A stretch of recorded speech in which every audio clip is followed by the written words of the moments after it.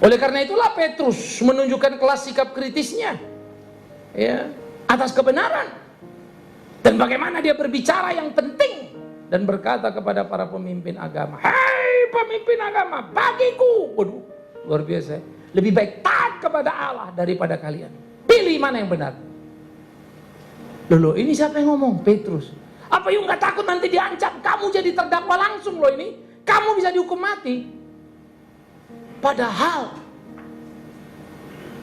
53 hari yang lampau. 53 hari yang lampau. Orang yang sama ini, Petrus ini, tidak menjadi terdakwa. Hanya orang yang menunjuk, bukankah kau juga muridnya? Tidak, aku tidak kenal dia. Loh, kalau nggak salah kamu juga. Tidak, aku tidak kenal dia. Semakin meninggi nada suara Petrus dalam penyangkalannya. 3 kali disangkalnya Kristus Tuhannya. Aku tidak kenal dia. Hanya Petrus shock, dia tidak suka jalan salib. Dia pikir tadi dia cinta Yesus. Ternyata dia harus menyangkal Yesusnya. Dia bilang, aku siap berkorban kepadamu guru. Orang lain boleh goncang imannya, aku tidak. Tapi ternyata dia tergoncang dan berat. Dia kehilangan pegangan, saudara. 3 hari Yesus dikubur. Petrus mengajak teman-temannya, ayo kita kembali menjala ikan. Mereka pergi ke Danau Tiberias. Mereka jala ikan. Mereka kembali ke pekerjaan yang lama. Padahal dulu mereka penjala ikan yang dipanggil untuk menjadi penjala manusia. Balik lagi. Ironis amat. 3,5 tahun kau jalani, cukup hanya 3 hari rontok semuanya. Petrus tidak mampu mencintai kebenaran itu. Terlalu berat. Petrus kembali ke yang lama. Sulit menjala manusia. Dia balik menjadi penjala ikan. Sampai Tuhan menangkapnya. 53 hari kemudian, ia bilang pada pemimpin agama, aku akan taat pada Allah. Dia tidak takut mati, saudara.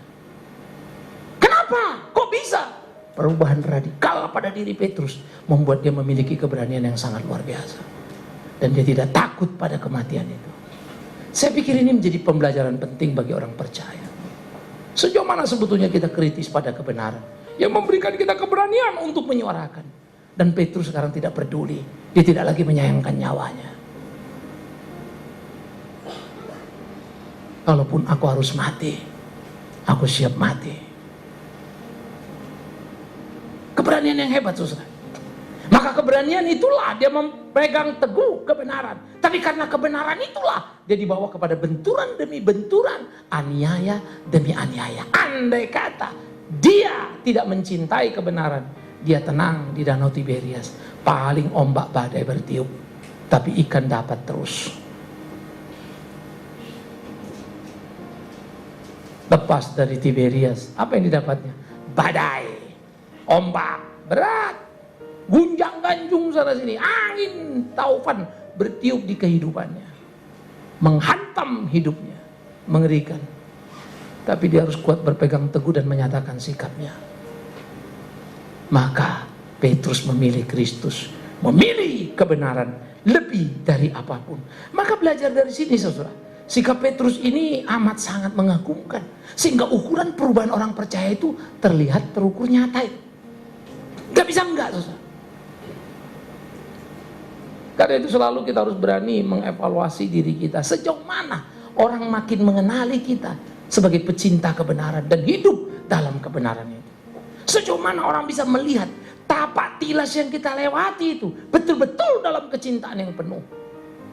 Kita tidak mendiskon kebenaran hanya supaya orang membelinya. Kita tidak memodifikasinya hanya supaya orang senang kepadanya. Dan kita tidak memperalatnya hanya supaya persembahan kita bertambah. No! Beranikah?